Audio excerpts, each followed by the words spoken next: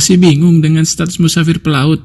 Yuk, simak penjelasannya. Assalamualaikum warahmatullahi wabarakatuh. Selama ini banyak yang masuk pertanyaan ke redaksi Pelaut Muslim Mengaji, apakah pelaut termasuk musafir walaupun berlayar tidak jauh dari tempat tinggalnya? Berikut penjelasannya. Pertama-tama, untuk menjawab kita harus memahami dan mengilmui terlebih dahulu 3 kondisi manusia di muka bumi, di mana setiap manusia yang masih ada di permukaan bumi pasti akan berada di salah satu kondisi atau keadaan berikut. Yang pertama, mustautin atau penduduk tetap. Yang kedua, mukimin, tinggal sementara, dan yang ketiga, musafir atau orang dalam perjalanan. Dengan memahami definisi 3 istilah di atas, maka kita akan paham bahwa jika posisi masih di atas kapal laut, bagaimanapun jenis dan posisi kapalnya, maka tidak bisa disebut sebagai mukimin, dengan alasan bahwa kapal itu bukanlah suatu negeri, namun kapal laut itu adalah salah satu dari jenis kendaraan air. Ulama memandang bahwa kondisi pelaut di laut yang terus-menerus jauh dari fasilitas darat, sulit menjalankan ibadah seperti biasa, dan berada dalam keadaan berpindah-pindah, ini cukup untuk memberikan status kepada pelaut sebagai musafir. Seorang yang berniat menetap di tempat asalnya untuk berlayar, meski tidak memenuhi syarat jarak secara geografis, statusnya dapat dipertimbangkan sebagai musafir dalam konteks perjalanan atau keberadaannya di laut. Imam An-Nawawi rahimahullah dalam Al-Majmu' juz 4